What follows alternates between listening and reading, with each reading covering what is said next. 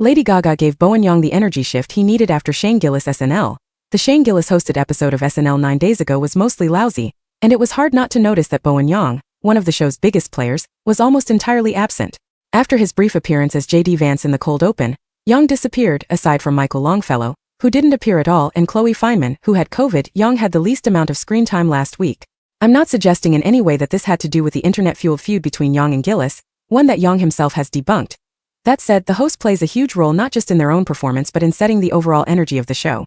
Putting aside the online noise, it's not hard to imagine that, given their wildly different comedic sensibilities, may not have felt particularly inspired to write sketches for Gillis.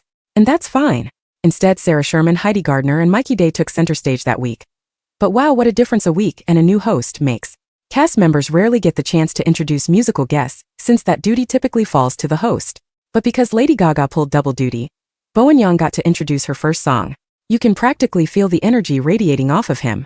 I've rewatched his intro at least 6 times now, and while I wouldn't call myself a huge Lady Gaga fan, Yang's enthusiasm is infectious.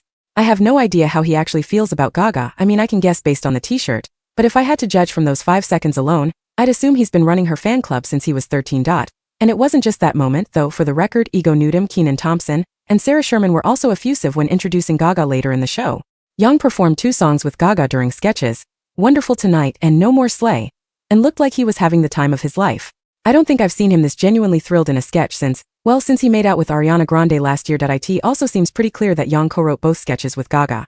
How do we know? Because not only did he give himself a lead role singing with Lady Gaga, but both sketches fit his comedic style perfectly, and also because he did write those sketches.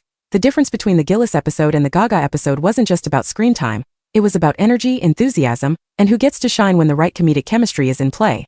Didn't just show up for work this week. Thanks to Gaga, he owned the night.